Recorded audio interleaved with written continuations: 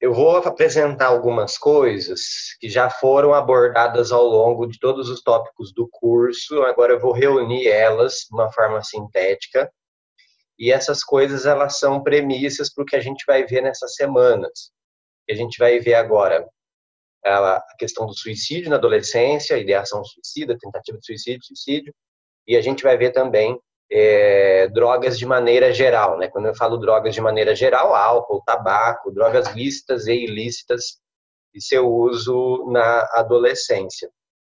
E aí acontece que algumas questões que eu vou colocar aqui hoje, tentei reunir elas em uma síntese, elas são premissas, né? Elas são conhecimentos prévios necessários para essas próximas discussões.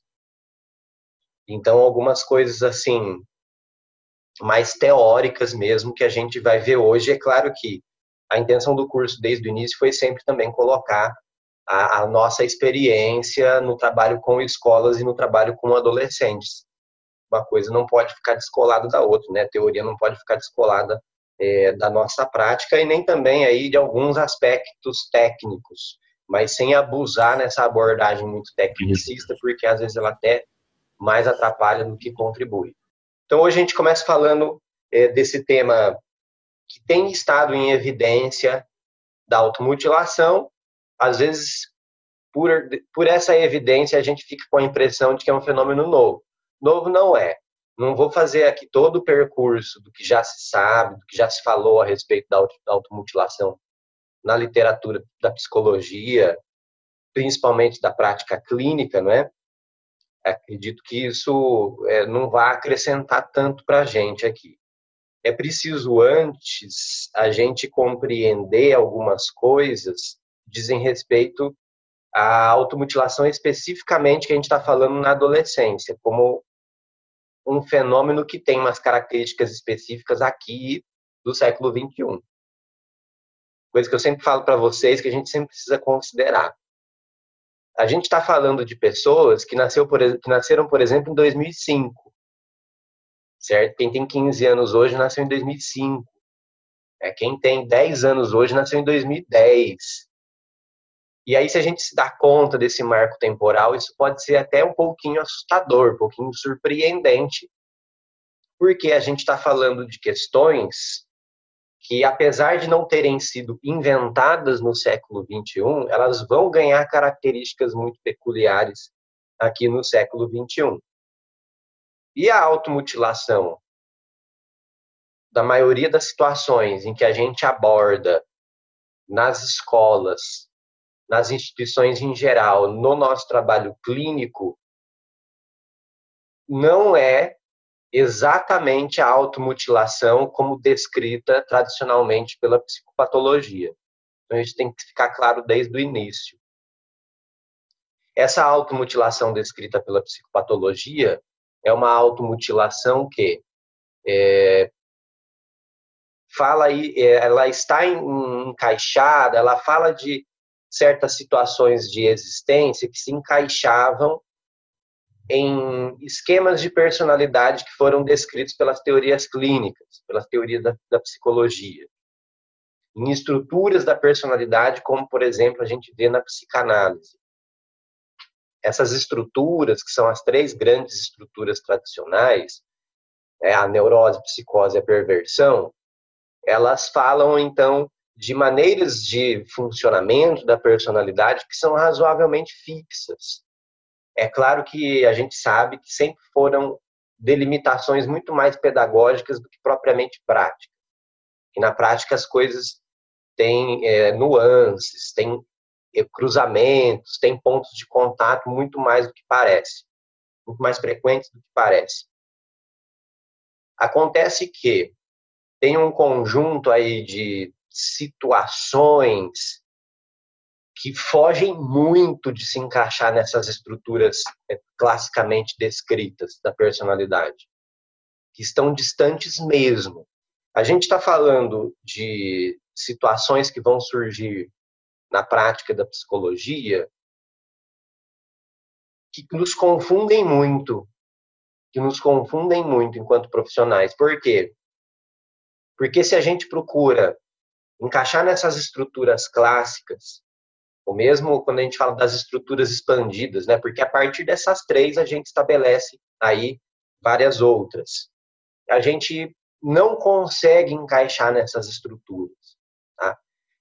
Para falar só do exemplo da automutilação mesmo, a gente vai ter aí, quando a gente acompanha um indivíduo ou um grupo de pessoas que de início apresenta automutilação, isso pode ser muito confuso, porque em alguns momentos essas pessoas apresentam uma estrutura histérica, em outros momentos essas pessoas apresentam uma estrutura mais obsessiva, elas ficam oscilando dentro daquele mapa tradicional de estruturas com o qual a gente está acostumado. E aí a gente fica assim, mas caramba, o que eu fecho de hipótese diagnóstica para esse ser que está na minha frente aqui? O que é isso? Porque em alguns momentos a automutilação tem muitos elementos teatrais, tem muitos elementos de mobilizar o ambiente para que as pessoas estejam aí de olho no que eu faço, atentas a mim, e ao mesmo tempo isso permite que eu controle o ambiente. Mas ao mesmo tempo também você pode encontrar na automutilação um ritualismo tão detalhado, tão minucioso, que daí você fala assim, mas não é possível. Isso aqui é uma outra forma de uma construção mais obsessiva, né? Mais compulsiva obsessiva. Acontece que a gente já tem na literatura psicanalítica ainda, mas eu não vou ficar na psicanálise, tá? Na literatura psicanalítica a gente tem quem fale das patologias do vazio, ou patologias contemporâneas, ou sofrimentos do vazio. Tem algumas coisas interessantes aí para a gente pensar, mas eu até onde eu entendo, a forma como eu vejo, a gente precisa ir além. Que coisas interessantes a gente tem aí? A gente tem aí uma noção muito importante de desamparo, que vai falar desse vazio, que é um vazio que vem, então, de uma construção em que ou não houve ou não se deu significado ao amparo, a sentir-se amparado, sentir-se acolhido. A gente vai ter aí algumas teorias que falam do amparo, acho que a mais conhecida é do Winnicott com a questão do holding, que quer dizer aí amparar, acolher, acalentar, né, segurar nos braços. Então a ideia é de que essas formas de sofrimento viriam desse sentimento de desamparo. Ok, isso é interessante, mas nesse conjunto das patologias do vazio, colocam-se coisas como o transtorno borderline, a própria automutilação, e entre outras coisas. E aí eu penso que em alguns momentos uma definição tão ampla mais atrapalha do que ajuda em algumas situações, né? Classicamente, inclusive, a automutilação é considerada um dos sintomas da personalidade borderline ou transtorno borderliner, se preferir. Lembrando que a palavra borderline é limítrofe, de limite, de fronteira, né? Porque as primeiras tentativas de tentar entender essas situações, elas se estabelecem justamente em colocar essas personalidades em limites. Então, não está nem aqui nem ali. Como eu não encaixo nas estruturas tradicionais, então a gente coloca ali na borda, na fronteira de uma coisa com a outra. Tem o seu mérito isso, mas eu acredito que a gente precise ir além em várias questões aqui, para a gente compreender melhor do que a gente está falando. E aí, então, mais uma vez eu convido vocês para a gente se aventurar na fenomenologia e no existencialismo. Mas vamos com calma, come de pouquinho que dá para engolir, tá? Que a questão nossa aqui é partir justamente desse termo aí vazio, patologia do vazio. Que vazio é esse, né? Do que a gente está falando aí? Acontece que pode ser interessante a gente pensar justamente em uma inversão de como a gente enxerga esse vazio. Porque o que algumas leituras apontam, algumas que eu falo, na verdade são muitas, mas em algumas perspectivas, elas apontam o quê? Que na verdade se trata de uma falta de vazio. Que coisa maluca, né? Parece um cachorro caçando o próprio rabo. Mas a questão se trata aí, na verdade, uma boa hipótese para a gente trabalhar, é que se trata de uma forma de sofrimento calcada no excesso e não no vazio. E que esse excesso, ele não dá espaço para mais nada, ele não dá espaço para algo que eu poderia chamar de eu mesmo, de si mesmo, de tanta coisa que está ali, de tanta coisa que se faz presente. Acontece que, né, vamos teorizar um pouquinho aqui, né? A gente tem uma categorização que não é dicotômica, tá? Mas pedagogicamente ajuda a gente a entender algumas coisas da questão do em si e para si. Quando a gente fala do em si, a gente está falando do mundo objetivo, das coisas. As coisas, elas existem por si mesmas, certo? Elas não precisam... Na verdade, o mundo não precisa do ser humano. O ser humano nada mais é do que... Como eu esqueci o termo exato, mas tem uns filósofos que vão dizer que o ser humano é uma gorjeta do mundo. É uma piscadela do mundo, sabe? Porque assim, o universo independe da gente, e aí parece que o universo em algum momento concedeu ali um instante para a gente fazer parte da grande sinfonia universal, né? Concedeu um instante para a gente participar aí da música das esferas, né? E o mundo não precisa de sentido, de significado. A gente que constrói sentidos e significados e funda aquilo que a gente chama de mundo para nós agora, do qual a gente faz parte. O mundo, então, por si só, o em si, ele não tem sentido, significado, ele não conhece alteridade, ele é uma coisa completa, total, fechada. No para si, para-si, aí a gente está falando, então, da subjetividade. Aí a gente está falando de dar sentido às coisas, de dar significado às coisas e de relacionar-se com o outro. É nessa relação com as coisas, com o outro, que a gente se funda, que a gente funda o ser. E aí o ser para falar de maneira bem simples, é justamente o quê? As infinitas possibilidades do ser humano. Isso é o ser do ser humano, né? E não é as coisas estarem dadas e serem tão fechadinhas e definidas como são as coisas do mundo objetivo, do mundo natural, ou do mundo factual mesmo, né? A caneca é a caneca, né? A caneca tem ali a sua objetividade. A caneca não vislumbra possibilidades. Os animais não vislumbram possibilidades. As nuvens não vislumbram possibilidades, né? Vão seguir aí as suas formações, as suas potências químicas, físicas, biológicas e assim por diante, moleculares, etc. Nós nos abrimos a possibilidades. Aqui a gente está falando de coisas especificamente do humano mesmo, e aí não há uma energia que defina. O ser humano é o ser, com S maiúsculo, como Heidegger fala.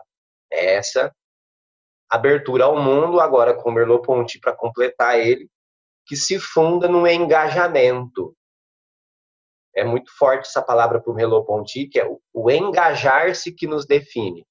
E a gente engaja-se no mundo e engaja-se em direção aos outros através do corpo. Uma unidade corpo e mente. É difícil a gente entender racionalmente a unidade corpo e mente, mas a gente a vive o tempo todo. É que em termos de logos, de razão, é muito difícil a gente entender essa unidade. Mas no nível do vivido, do pré-reflexivo, né, que vem antes do logos, antes da razão, a gente está o tempo todo na corporeidade, o tempo todo, na experiência corpórea. Então, quando eu me sinto alegre, por exemplo, esses dias eu estava escrevendo umas coisas e refletindo sobre a questão do alegrar-se. Como no sentir-se alegre, né, parece que algo extravasa, parece que algo abunda e transborda. E com isso, as nossas ações, elas fogem da dimensão do racional, fogem da dimensão do organizado, fogem da dimensão disciplinar, sistematizada, burocratizada. Ela não cabe nisso. E a alegria, ela precisa, não tem como, ela extravasa-se numa corporeidade, né? Então a gente tem as reações fisiológicas e a gente tem uma atitude do corpo que vai se mexer mais, que vai querer se expressar mais, né? A gente sente, aspas, uma vibração inerente à alegria em nós. Por mais que você tente expressar, estou alegre por isso, por isso, por isso, não é suficiente, né? A modulação da sua voz vai alterar, o tom com que você fala vai alterar, a forma de você comunicar isso para o mundo e para alguém vai se alterar, a ponto da gente ficar desligado de nossas responsabilidades, de nossas preocupações, né? E até por isso que muita besteira acontece quando a gente está extremamente alegre, porque daí a gente perde as estribeiras, né? Mas o que é isso, né? Acontece que, para que então o sujeito possa engajar-se no mundo, engajar-se com os outros, é preciso que haja espaço para esse engajamento acontecer, certo? É preciso que não haja uma presença perpétua, total. É preciso que haja, que a gente chama na filosofia de positividade. É preciso que haja a negatividade.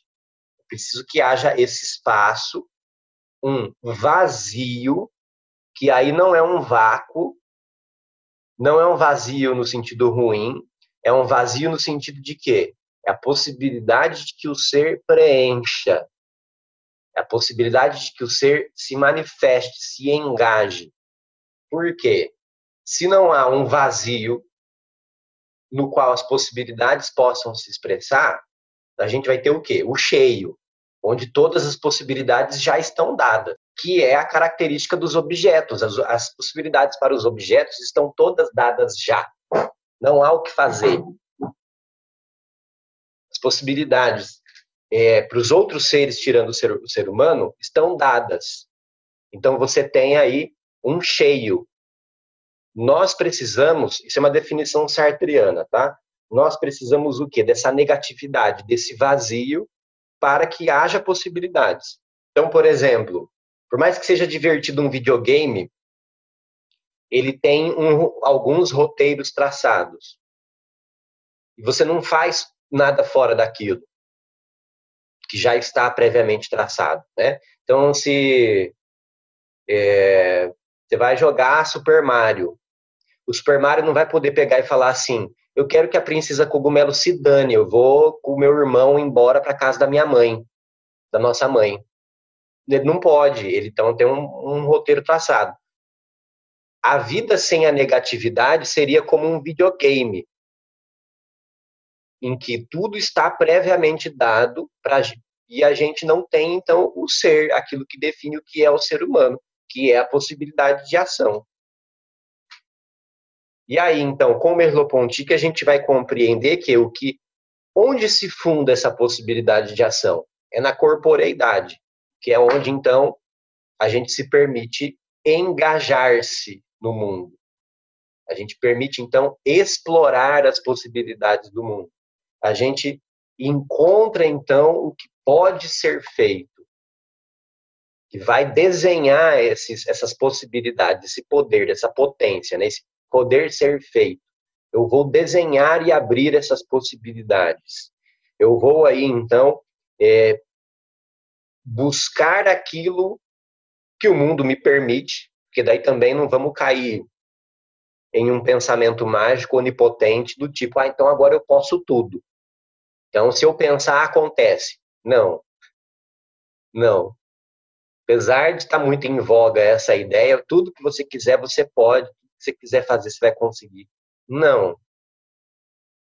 Quando a gente fala que o ser humano é pura possibilidade, nesse sentido que eu estou falando, ele é possibilidade numa relação com um mundo que é limitado. Com um mundo que é limitado. Então, a gente está em relação com esse mundo intrinsecamente, não tem como dissociar. Então, não é também aí uma ditadura da onipotência da consciência humana de jeito nenhum, de jeito nenhum. A questão é o ser do ser humano que está aberto aos possíveis, mas é que está aos possíveis. Então, assim, e se eu pensar que eu posso voar, eu vou sair voando? Não. Na sua imaginação, sim. Se quiser expressar numa tela, se quiser expressar num poema, você voa. Mas a gente tem as limitações aí que são impostas pelo mundo. Como que chega para a gente a queixa da automutilação do adolescente, especificamente, né? Então, como eu já tinha colocado, a gente precisa diferenciar das descrições clássicas da psicopatologia, por uma série de razões que eu já falei também. E a gente também precisa tomar cuidado, porque a gente não está falando, então, de uma situação, vamos colocar assim uma palavra simples, de uma situação que necessariamente se estenda para a vida inteira. Essa é uma coisa que a nossa formação mais clássica também dificulta a gente compreender, que a gente está acostumado assim, com aquela formação assim, eu fechei o psicodiagnóstico e isso é algo então que poderá ser observado para o resto da vida da pessoa. Não. A gente vai encontrar a situação da automutilação e, curiosamente, na maioria das situações, a gente está falando de algo que é transitório. A gente está falando de algo que não é permanente na estrutura do sujeito. Não é algo, então, que revele questões fundamentais do funcionamento do sujeito, fundamentais no sentido de estrutura psíquica, tá? A gente está falando de algo, então, que é uma resposta a certas circunstâncias, que está diretamente relacionado a todas essas circunstâncias sociais, macrosociais que eu descrevi, questões, evidentemente, do mundo micro, do mundo do indivíduo, mas que, então, não vão se configurar com essa perenidade de outros sintomas, de outras formações psíquicas, como a gente está acostumado a ver. Quando a gente fala, por exemplo, de uma questão bem ampla como a ansiedade, a gente está falando de algo assim que vai ter várias formas de manifestação e é bem provável que seja uma questão que acompanhe a pessoa pela vida inteira, mesmo ela passando por um processo de cuidado muito bem sucedido, muito bem feito. A gente sabe que um processo de cuidado não dá resposta definitiva para o resto da vida, então a questão da ansiedade volta e meia, reaparecer na vida dessa pessoa. A questão da automutilação não funciona assim. Ela pode, dessa automutilação que estamos observando com frequência, que ela é uma situação que aparece e pode ir embora e tchau. E não volta mais. Nesse sentido, a gente pode falar que é uma fase. Eu tomo muito cuidado em falar isso, porque no senso comum, dizer que algo é uma fase, geralmente é usado para depreciar o sofrimento da pessoa, para menosprezar o sofrimento da pessoa. Isso é só fase. Eu estou falando de algo que seja fase, mas no sentido assim, tem um grito de alerta muito importante ali. E que se não houver acolhimento e cuidado adequado, pode levar a outras situações cada vez mais profundas e severas. Que aí vem, inclusive, aquela questão, não sei se dá tempo de eu abordar aqui, mas tudo bem, por que muitas vezes a gente aborda a automutilação junto com o suicídio na adolescência? e essas coisas não podem ser confundidas, são coisas diferentes, mas uma automutilação que se prolonga, uma situação que não recebe acolhimento, pode chegar à ideação suicida. Ideação suicida é muito comum na situação de automutilação e pode chegar, então, às tentativas de suicídio. E tem um terceiro ponto. A automutilação, como na adição, no vício, ela segue um crescente, certo? E aí pode, às vezes, chegar a situações em que essa automutilação é muito profunda, é muito severa, é muito intensa, e aí aquela diferença que na maioria das vezes é fácil de identificar do corte no pulso da automutilação para o corte de tentativa de suicídio, aí perde a medida disso. E aí pode ser uma automutilação que leve à morte. Mas são coisas assim, clinicamente diferentes. A intenção de se automutilar da intenção de suicídio. São coisas muito diferentes na hora da gente abordar, e é preciso levar isso em consideração. Então, é um erro muito comum tomar a automutilação como uma tentativa frustrada de suicídio. Não é necessariamente, tá bom? Não tem a ver uma coisa com a outra. E aí, assim, uma outra coisa, ainda numa mera descrição do fenômeno, é como que, a partir do momento em que a pessoa que se automutila, o adolescente, tem um acolhimento, o como não é incomum, não é raro, a prática da automutilação cessar muito rápido. Não é raro isso. Então, a partir do momento em que há uma escuta, escuta mesmo. Não é fingir que escuta, não é escuta qualquer, né? A gente chama aí, tem gente que gosta do termo escuta qualificada, né? Que é a escuta para a qual a gente estuda tanto tempo para fazer, né? Que é uma escuta atenta, uma escuta acolhedora, sem julgamento, sem fazer juízo da pessoa. E como que a gente observa com certa frequência que a pessoa recebendo esse acolhimento, ela acessa o comportamento de automutilação, também pode induzir a gente ao erro de achar que os problemas estão solucionados. Acontece que algumas questões tiveram resposta, e aí esse comportamento cessa muito rápido. Então, por exemplo, tanto a escuta individual quanto a escuta em grupo, elas são muito eficientes para lidar com a automutilação, elas são, aliás, indispensáveis, tá? E em grupo de preferência, um grupo só de pessoas que se cortam. Não é qualquer circunstância que permite fazer isso, tá? A gente precisa de um certo cuidado para esse grupo não ficar estigmatizado pelo grupo o grupo das pessoas que se cortam. Tem que tomar esse cuidado. Curioso que estigma em grego quer dizer corte. Então tem que tomar esse cuidado para não rolar esse estigma. E aí, então, o que é? Por que a escuta produz efeitos tão rápidos, de uma maneira tão simples, imediatos? Acontece que esse excesso de positividade no qual o adolescente está mergulhado, ele se vê sem espaço para si mesmo, né? Ele vê, vamos chamar assim de eu, ele vê o seu eu sendo invadido pela família, que não dá espaço para ele experimentar ser, né? Então ele não tem aquele vazio do qual eu falava, aquele vazio que é uma possibilidade. As figuras familiares como que invadem o eu do adolescente. É como se ele não tivesse ainda uma fronteira nítida entre o eu e o outro, como se isso fosse permeável ainda.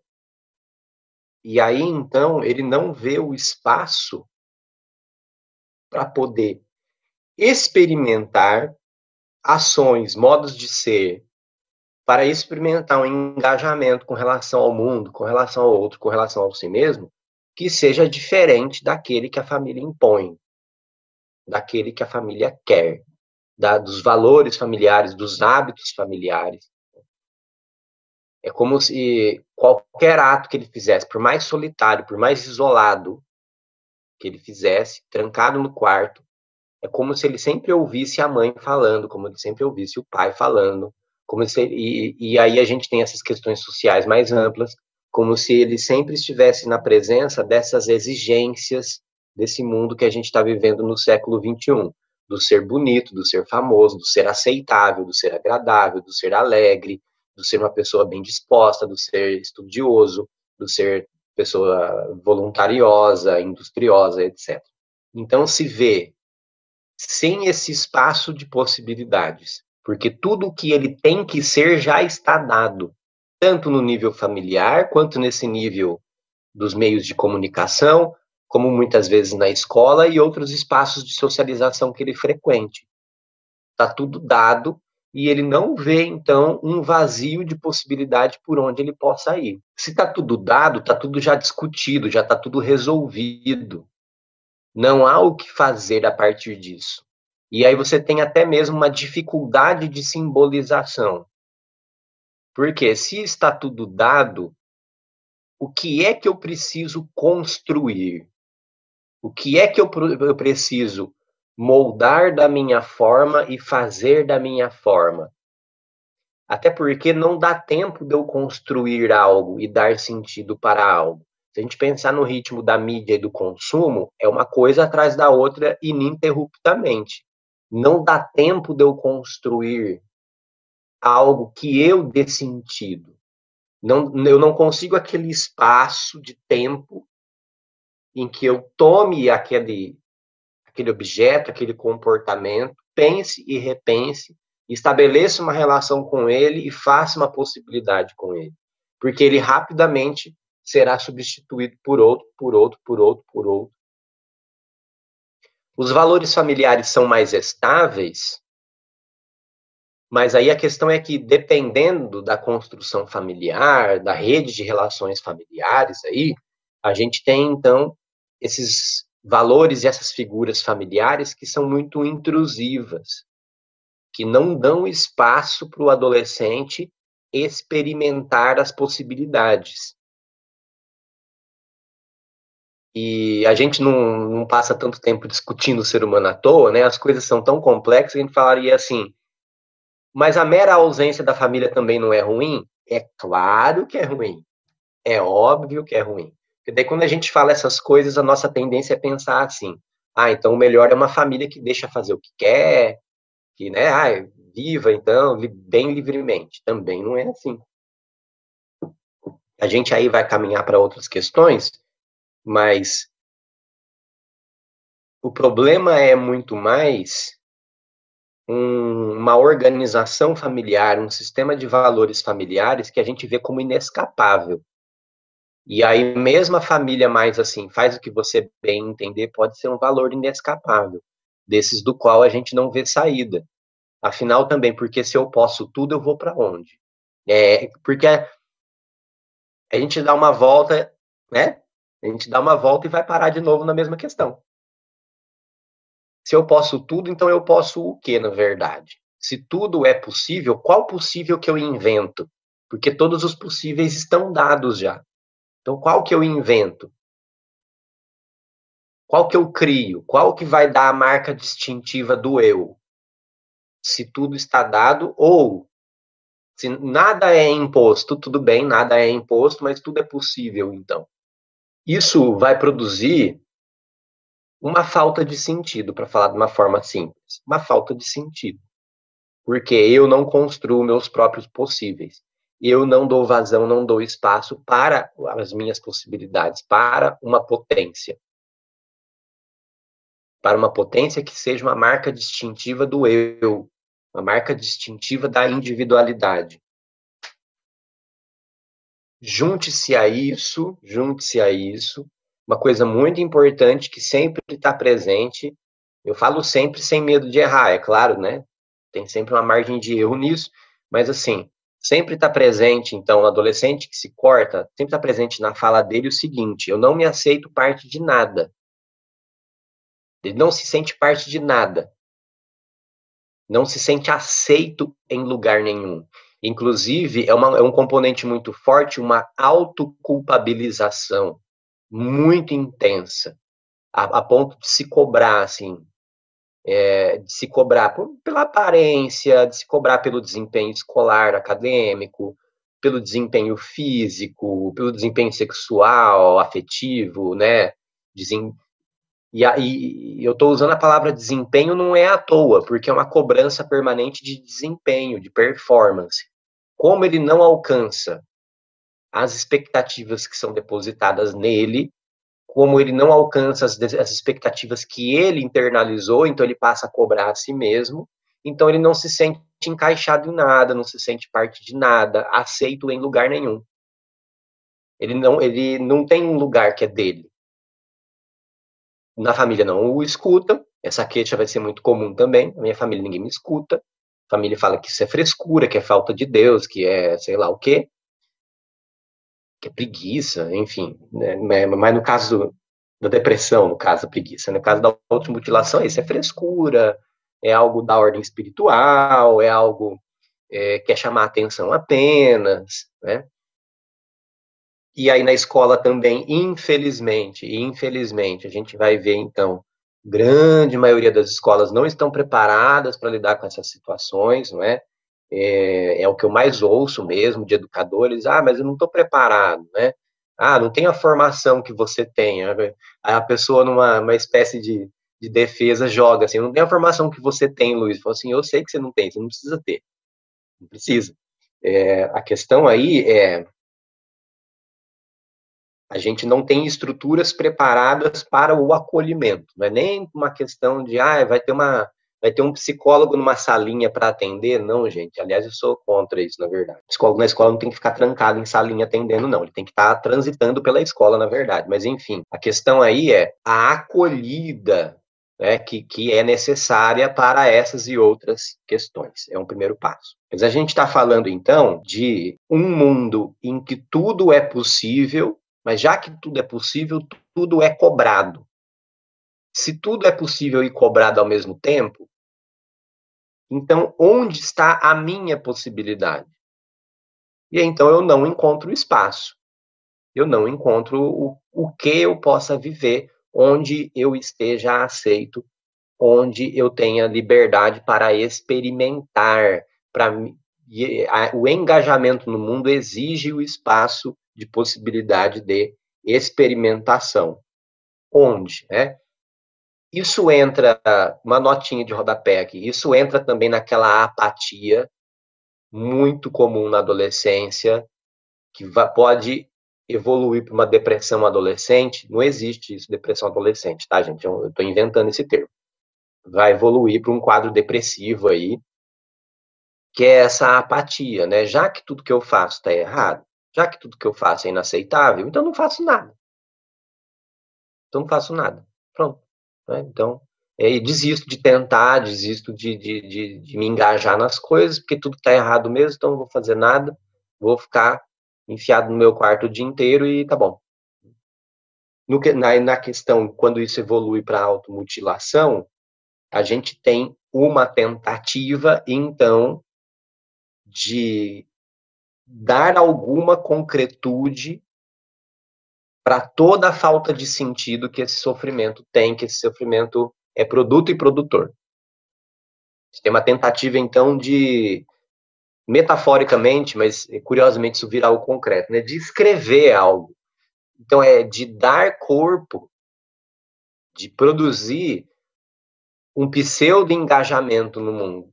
Então, quando se procura a dor da automutilação, se está procurando despertar do torpor que essa situação toda produz, dessa indiferença, desse estado de passividade extrema que o excesso nos traz, que o excesso de positividade impõe. Então é como se tentasse fazer a realidade acordar, tentasse fazer então a realidade voltar a me dar algum sentimento, voltar a me dar alguma sensação, porque eu estou tão invadido pelas ordens dessa sociedade do consumo, do cansaço, e por esses valores familiares que me invadem, eu estou tão invadido que eu já não vejo mais sentido, eu estou num estado de torpor. E eu procuro, então, através da dor auto-infligida, reencontrar esse sentido, reencontrar alguma resposta, produzir algo que seja possível. Deixa eu esmiuçar tudo isso. Tem uma música gravada pelo Johnny Cash, que na verdade não é dele, que chama Hurt. E ele, nos 2 primeiros versos, eu quero citar literal, peraí. É muito bonito, tem tudo a ver. Aqui. Ele fala assim: eu machuquei a mim mesmo hoje para ver se eu ainda sinto. Eu foco na dor, que é a única coisa que é real. Procurar aí Hurt, do Johnny Cash, mas na verdade não foi composta por ele. Mas ele faz uma interpretação linda, super recomendo, mas eu recomendo num momento não muito bad vibe que você ouça, tá bom? Eu recomendo num momento, um estado de espírito não tão negativo, não tão sombrio. E outra coisa, ele está falando, na verdade, nessa música, do vício em heroína. O vício em heroína é uma eterna temática do rock and roll. Uma eterna temática do rock and roll. Mas ali está essa questão do que é a dor da automutilação. Em meio a esse oceano de coisas que me invade, como eu descrevi até aqui, eu fico insensibilizado de tanta informação, de tanta exigência, de tanta coisa imposta, eu fico indiferente, essas coisas já não fazem sentido, só que eu estou invadido por um mar de coisas sem sentido. E aí a dor que eu me inflijo, a dor que eu faço em mim mesmo, é um momento de realidade que eu tenho. É um momento em que é até uma coisa de nível perceptivo, né? Aquela pasmaceira da situação que está ali chegando na depressão, né? Aquela indiferença, que ela se torna até uma indiferença perceptiva, nada me atrai, nada me chama atenção, até as coisas perdem sabor, que a gente está na entrada de um quadro depressivo, né? Na psicopatologia a gente fala os prodromos da depressão, né?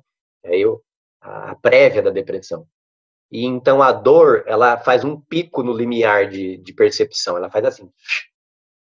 E aí então, ela, como se fosse o que é possível de realidade para quem que se corta. É isso que é possível para quem se corta. Guarda bem para as próximas semanas isso, guarda bem para quando for falar de adição também, que é esse pico de percepção, esse pico que tanto é subjetivo, né, quanto fisiológico, ele surge como, é isso que é o real para mim.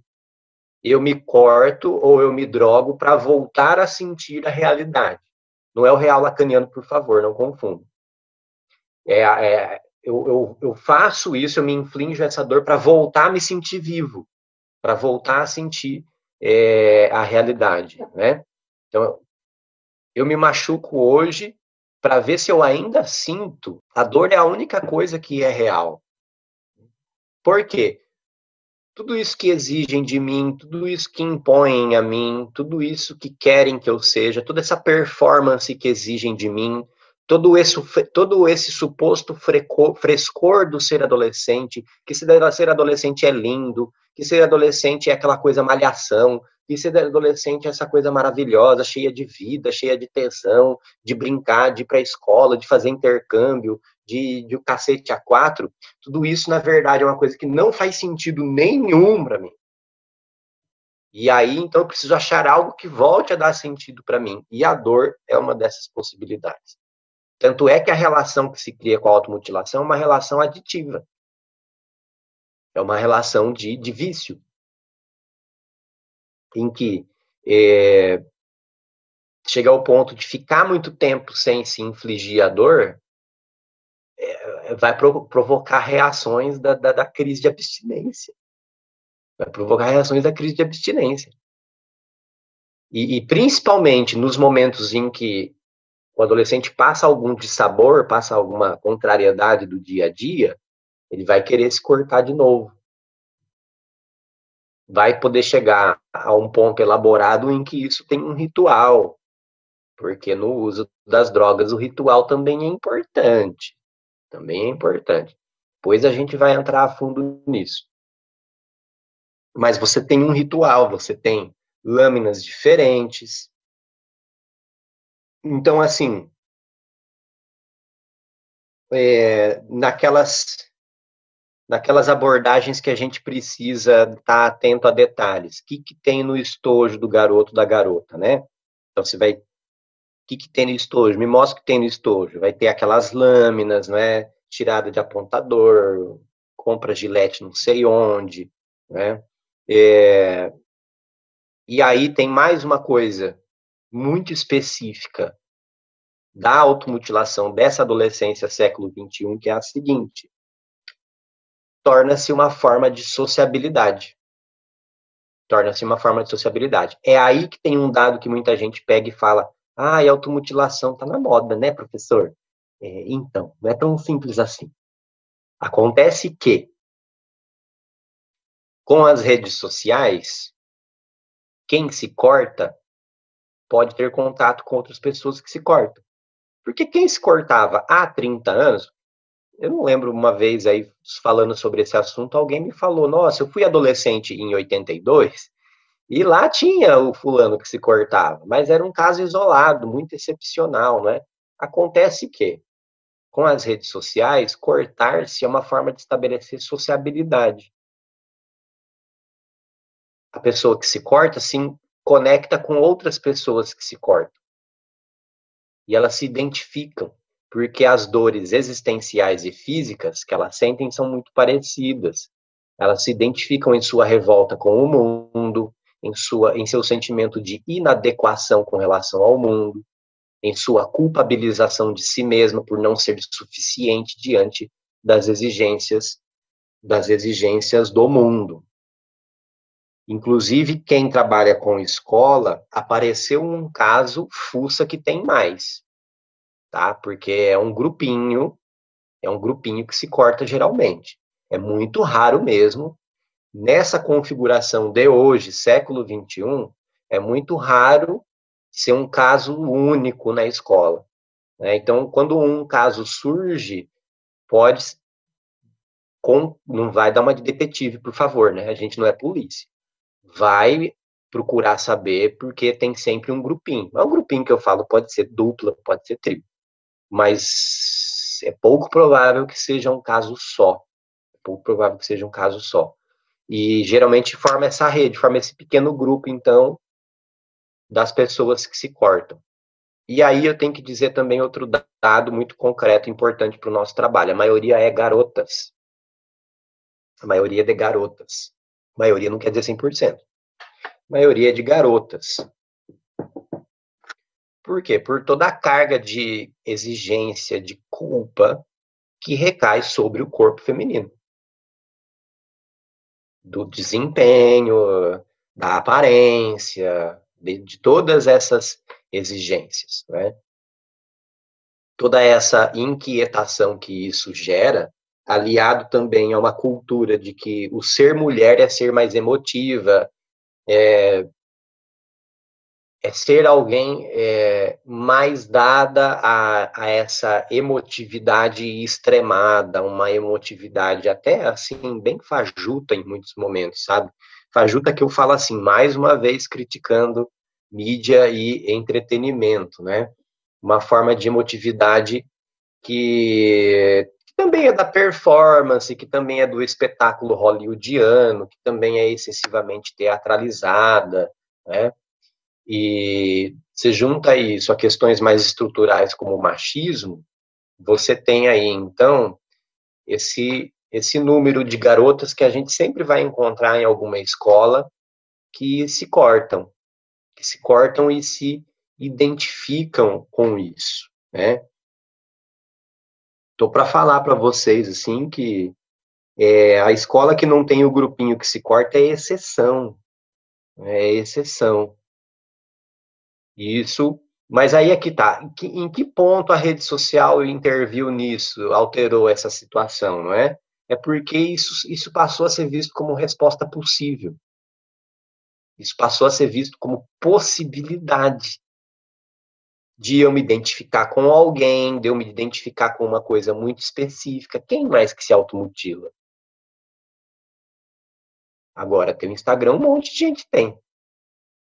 Mas a questão é, eu encontrei algo ali, então, que expresse a minha dor, que dê sentido, é a falta de sentido na qual eu vivo, e ao mesmo tempo eu crio uma pequena rede de sociabilidade. Na verdade, uma rede muito grande de sociabilidade. Em 2014, que aí a gente teve que mergulhar de cabeça em estudar essas coisas, diante do que estava se apresentando para a gente nas escolas, aí eu descobri e tive estômago para ficar lá uns dias, um grupo no Facebook de cutting ou self-cutting. Então, um grupo gringo que lá em 2014 tinha 70 mil pessoas. E aí, assim, não dá para ficar num grupo desses, porque é todo dia gente postando, adolescente postando que está desesperada, que não aguenta mais, que está pensando em suicídio, que está praticando mutilação, está sentindo isso e aquilo. Não tenho nem ideia da dimensão que isso está hoje, né? Porque é daqueles grupos fechados, você tem que mandar solicitação, ser aceito, etc. Mas tudo bem, essa experiência de 6 anos já atrás já me deu a dimensão gigantesca disso, né? E, inclusive, uma coisa que a gente já falou aqui, como que a partir ali dos 10, 11, 12 anos, isso já está presente. A gente estava mais acostumado a lidar com as dores da adolescência a partir dos 15, né? Aquele corte ali do ensino médio. Agora não, a gente está vendo o Fundamental 2 entrando nessa, né? E a gente tendo que ficar muito atento a isso. Em primeiro lugar está o acolhimento e a escuta, evidentemente. Numa clínica individual, tem sempre aquela lógica de que cada história vai seguir um caminho. Eu penso que, em termos de clínica individual, fica o alerta para não sair taxando, adolescente que se corta, não sair taxando de perverso e não sair taxando de borderline, por favor. Isso vai te levar a uma rua sem saída. Daí você vai ter que repensar todo o projeto terapêutico que você fez. Em um trabalho institucional, é preciso uma rede de sociabilização substitutiva àquela das pessoas que se cortam, que não necessariamente você troca as pessoas. É o mesmo grupo, continua amiga, elas continuam amigas, mas já não é um grupo que gira em torno do cortar-se. Como que faz isso? Através de atividades em grupo, e não é uma, duas. São coisas que, assim como uma psicoterapia, dependem de um certo tempo com regularidade, né? Regra básica de trabalho em grupo. Mesmo dia, horário e local sempre, para criar regularidade, para criar e fortalecer o vínculo. E aí, aqueles vínculos que se originaram em torno de um sofrimento e da automutilação, eles possam ser vínculos fundados na cooperação, na solidariedade, na compreensão mútua, na aceitação um do outro. As minúcias do que fazer em cada sessão ou em cada encontro, aí, né, coisas aí do aprofundar-se nas diferentes técnicas e na teoria que você prefere. Mas, de maneira geral, a compreensão desse funcionamento e a compreensão desses fatores envolvidos já é meio caminho andado.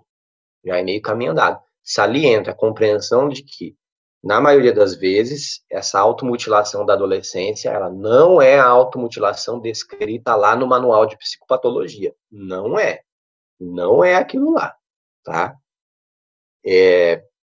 Inclusive porque vai ter manifestações muito específicas. Você não vai ter uma manifestação mais hardcore de automutilação. Ah, vai ter... vai ter... é tão nojento que me escapou o nome, ainda bem. Enfim, arrancar dedo, arrancar unha, que são casos mais hardcore de automutilação, não. Você vai ver essa automutilação que tenta ser discreta e, ao mesmo tempo, é um pedido de socorro. Eu acho que eu cheguei a comentar no nosso último encontro, tanto é que, assim, mesmo abordando essa questão em palestras, ou seja, né, tô ali com 200 adolescentes, não é o melhor lugar para um indivíduo vir e falar que está se cortando, né? Mas quando ele vê que a dor dele não é algo da ordem do mistério, que existe alguém que identifica a dor dele, que consegue dar nome, que consegue descrever razoavelmente a situação existencial dele, isso dá uma luz, isso dá uma esperança. E aí o adolescente vem no final da palestra ou interrompe a palestra para falar assim, eu estou fazendo isso. Eu falo assim, calma, meu amigo, pode ser discreto, depois a gente conversa. Mas não, é que é uma euforia do tipo assim, meu Deus, alguém me entende, alguém sabe o que está acontecendo comigo. Né? Porque um dos fatores muito fortes envolvidos é esse que eu falei da socialização. Uns 10 anos atrás, a gente tinha aquela automutilação de se escrever o nome de alguém. Né? Então, você escrevia o nome do cantor emo preferido. Diz a lenda, por isso que os popstar emo, mais da última leva ali, né, mais ali 2009, 2010, eles passaram a ter apelidos muito curtos. Pi, G, Fê, porque se o cara chamasse Astrogildo, né, acho que ia ficar complicado. Então, assim, havia essa forma de se identificar. Então, você cortava o nome da pessoa e tirava foto e botava na rede social.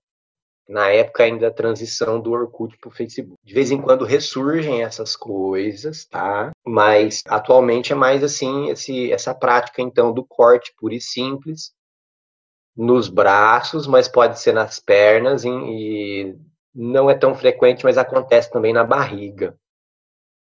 Principalmente se a pessoa está muito preocupada em esconder. E aí tem aquelas situações que a pessoa não está tão preocupada assim em esconder. A gente tem que observar isso aí na prática institucional, tá? Se aproximar com tranquilidade, com franqueza, lembrando que a pessoa geralmente vai estar com vergonha, vai estar atemorizada de você falar a respeito disso. E aí, então, a gente precisa acolher, ouvir o que está acontecendo com a pessoa. E aí, um dos problemas mais comum em instituições é o tempo, porque uma boa escuta, ela leva tempo. Ela leva tempo. Aí, assim, se você é um profissional num lugar que estão te enchendo o saco para cumprir meta, como já aconteceu comigo quando eu trabalhei em CAPES, olha que coisa absurda, cumprir meta, número de atendimentos. Se não, tem casos que exigem tempo, que você vai ter que ficar 1 hora ouvindo a pessoa. É isso que é uma boa acolhida. É tempo ouvindo a pessoa. E, aliás, esse é um fator objetivo de um bom acolhimento, né? Porque tem fatores subjetivos, né? Tem gente que tem mais jeitinho, tem gente que é meio grosso, assim, para tentar acolher e tal, né? Mas, além dos fatores subjetivos, tem esses fatores objetivos e um deles é tempo. Um deles é tempo, um bom tempo ouvindo essa pessoa. Tem um procedimento que eu gosto de usar, só cuidado, por favor, não é um negócio mágico, assim, resolve. Mas é um procedimento que eu já vi e tem uns efeitos bem interessantes, só que tem que ser usado dentro de um contexto. Você não vai lá e joga, assim, que é a massinha. E não tem idade para massinha. O que está envolvido na massinha? Eu sempre falo da massinha nas minhas aulas, mas nunca eu tenho oportunidade de explicar mais a fundo. Pegando como premissa tudo que eu falei hoje, a massinha tá muito próxima ao esforço de dar sentido concreto às coisas que tem a automutilação. Acontece que daí eu já não estou mais tentando explicar verbalmente as coisas, eu já não estou tentando expressar verbalmente minha dor, porque eu preciso que o corpo se engaje para explicar essa dor, só que na massinha eu estou ali, existe uma agressividade latente, sim, na automutilação, nem entrei nisso, a psicanálise explorou isso pra caramba, né, da autoagressividade existente na automutilação, mas a questão ali eu posso, então, exercer essa agressividade e eu posso partir para ato, que é outra coisa que a psicanálise trabalha também, eu posso, então, essa busca do que é de que sentidos tem para mim, do que é real para mim, só que de uma forma que vai ser completamente inofensiva se eu não tacar a massinha na cabeça do colega. Mas, de maneira geral, isso nunca acontece, tá, gente? Mobiliza de tal maneira a pessoa que, às vezes, a pessoa fica até trêmula ao mexer com a massinha de tão intenso que é isso.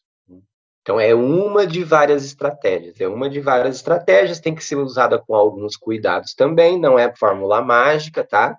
E se for fazer em escola, não deixa eles levarem a massinha embora, porque senão essa massinha vai parar no teto, no ventilador, no cabelo, no meio do lanche. Então, eles têm que devolver a massinha no final para você. E isso é uma dica bem prática de quem já fez essa besteira, de deixar levar a massinha embora. E se for criança muito pequena, massinha é comestível, por favor. Né? Mas aí, assim, o que a gente está falando da automutilação na adolescência, então nessa faixa etária aí, você pegar os adolescentes de 16, 17 anos, der massinha na mão deles, eles vão falar assim, dizendo que eu sou criança. Então você vai ter que fazer um trabalho prévio, não é uma coisa que você vai no primeiro encontro, assim, toma massinha, né? Já tem que ter criado um vínculo razoável ali para esse trabalho funcionar. Tem outras possibilidades que outras pessoas falam, essa é que eu mesmo experimentei e continuo experimentando, eu acho muito interessante, acho muito construtiva. Mas, basicamente, a partir do momento, a forma de trabalho minha é muito fundamentada no vínculo. Então, a partir do momento, eu penso assim, que esse adolescente encontra um vínculo construtivo com você, mas que esse vínculo, nem que esse vínculo seja da palestra que eu fui só uma vez naquela escola, nunca mais voltei, mas ele vislumbra por um momento a possibilidade de que alguém o compreenda. É essa que é a questão. É essa que é a questão. Então, apesar de eu ter feito todo esse labirinto teórico, filosófico de hoje, vocês forem convidados para dar palestra em escola, e eu sei que acontece, é uma coisa razoavelmente comum, principalmente se é de uma cidade pequena, deve ter um psicólogo e meio, então eles vão te chamar para dar uma palestra, né? Vá, mas, por favor, traduza tudo que você sabe em linguajar leigo. Fala de forma acessível, ou, eu diria com a fenomenologia, de uma forma vivencial, que é isso que faz a diferença, que faz eles se identificarem com o que você está falando, né? Não vai ter muito valor chegar lá e falar assim, estima-se que 8% dos adolescentes cometam automutilação. Isso daí é uma aula para quem, né? Não sei nem pra gente. Você quer os dados da automutilação? Vai no Google Acadêmico, tá lá. Tranquilinho, né? Quantos por cento, né, tal. É muito mais importante, nessa perspectiva que eu estou trabalhando aqui com vocês, a vivência. Só que que tá, tem que ser uma vivência minha também. Eu nunca cometi automutilação na minha vida. Nunca. Mas isso não impede de eu resgatar algumas vivências a fim de que eu possa entender melhor o que está acontecendo, e isso, inclusive, dá mais vivacidade, dá mais vivacidade para aquilo que eu vou passar para o grupo com o qual eu estou trabalhando. Que se existe um pulo do gato nesse tipo de trabalho, é esse. A gente costuma falar da empatia, coloca-se no lugar do paciente, coloca-se no lugar. É uma coisa assim de resgatar o que eu mesmo vivenciei dessas dores, dessas situações, porque é isso que permite a criação do vínculo através dessa identificação, por mais fugaz que seja, por mais que seja restrito a uma intervenção pontual. Eu vejo aí até uma questão assim de uma vantagem de práticas mais vivenciais, com movimento mesmo, que é no caso de trabalho em grupo, com oficinas, porque assim, não precisam concordar comigo, tá? Uma forma terapêutica calcada só na fala, muitas vezes ainda está num nível de abstração muito distante para esse adolescente e não vai dar a resposta que ele precisa no sentido do engajamento, do estar no corpo, do sentir no corpo para voltar a dar sentido para as coisas, né? Pego citação de atendimento clínico assim, né, em que a pessoa, eu pareço uma cabeça que fala. Porque certas práticas clínicas muito abstratas, muito intelectualizadas, né, ficam nesse nível do raciocínio, e aí onde está o corpo, né? Sou uma cabeça que fala apenas, onde que está tudo aquilo no qual se funda a minha existência, né? No atendimento online mais ainda, gente. Nossa Senhora, é uma cabeça que fala, onde está o restante. Uma coisa que o cara do Sociedade do Cansaço coloca, que em meio a esse excesso, a essa positividade ininterrupta, o que a gente precisa, né? Então a gente precisa da negatividade, do dizer não. E também. Mas a gente precisa resgatar a capacidade contemplativa. O que é isso, né? Vou dar um exemplo, que para a maioria de nós, pelo que eu estou vendo aqui, isso, para a maioria de nós vai ser um exemplo acessível. Vocês lembram da dificuldade de você conseguir o álbum da banda que você queria? A gente do interior. Tinha que ser um amigo que foi para São Paulo, passou na galeria do rock, comprou o vinil, ou o CD já, mas daí vai chegar na tua cidade, você vai ouvir o CD, vai achar um aparelho para passar para fita cassete, ou para copiar o CD, né? Então era aquela espera. Aí você ficava, dias a fio ouvindo o mesmo álbum, decorava cada detalhe daquele álbum. Meu Deus, finalmente, né? Ficava dias a fio ouvindo, saboreando cada música daquele álbum, né? Virava e revirava o álbum. Meu Deus, que bonito, olha o detalhe da capa, que não sei o que, não sei o que, não sei o que. Você tinha uma contemplação daquilo, né? Agora, se eu quiser aquele álbum que é uma raridade, raríssima, rarérrima, eu vou ali no Google, pergunto para alguém assim, tem? Tem, tá aqui. E eu fico assim numa eterna sucessão de novidades. Eu não tenho essa contemplação, essa fruição de algo que é mais duradoura, que é mais prolongada. É essa curtição que não tinha pressa, né? E isso com quaisquer outras coisas, tá, gente? Esse filósofo e outros, o Heidegger falava disso lá na década de 30 já, de 1930, né?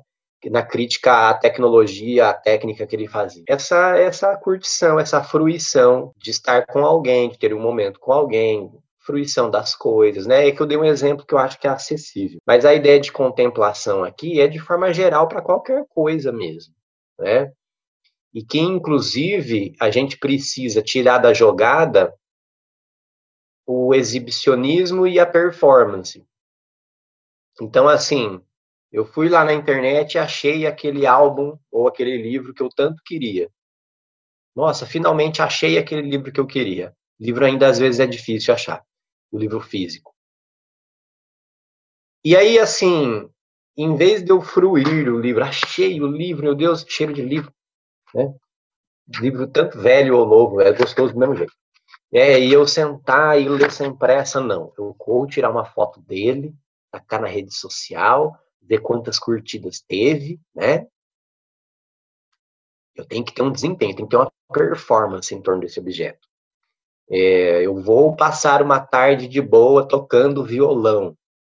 Não basta eu passar uma tarde de boa, porque assim, uma coisa da contemplação que é importante é eu não estar preocupado em fazer algo para alguém. Essa é uma questão muito importante. Isso não quer dizer que tenha que ser uma ação solitária. Eu posso cozinhar com os meus amigos, a gente está junto, mas é uma ação de coletividade. A gente não está fazendo para mostrar para a rede social, eu não estou fazendo para impressionar o chefe, chamei o chefe para jantar em casa, vou impressioná-lo, nada disso. A gente está fazendo para fruir um momento. É uma forma de contemplação também. Então, eu vou lá tocar meu violão a tarde inteira. Por pura curtição, nada de querer jogar na rede social para ter like, para ver se eu ganho um dinheiro, para ver se alguém me contrata para tocar violão. Não, é um momento de fruição, que inclusive tem muita gente falando assim, nessa era das redes sociais, a contemplação, a curtição, ela tem que ser algo não midiático, não exposto midiaticamente. Algo que seja da ordem de quem está ali naquele momento vai contemplar, vai curtir. Mas eu vou perder o registro, mas eu vou perder tal coisa, não é? Vai visitar um lugar muito bonito, uma cachoeira, tá bom, tira uma, duas fotos para dizer, olha, eu estive aqui, olha que lugar bonito, né? Antigamente a gente fazia isso, duas, três fotos, porque ficava caro revelar.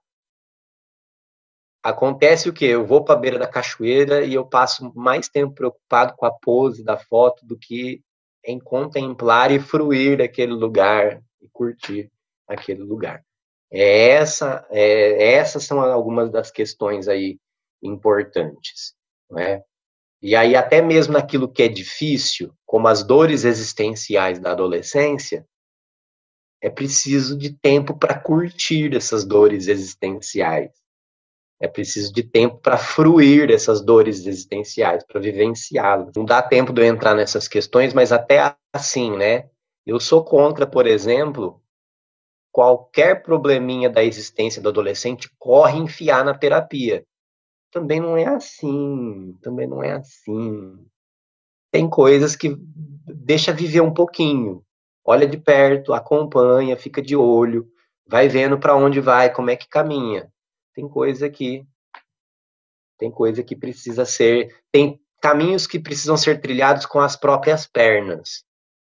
O psicólogo não pega ninguém no colo para carregar, o psicólogo aponta, caminha do lado por um tempo. Mas mesmo assim tem caminho que tem que ser trilhado sozinho, pelo menos um pedaço.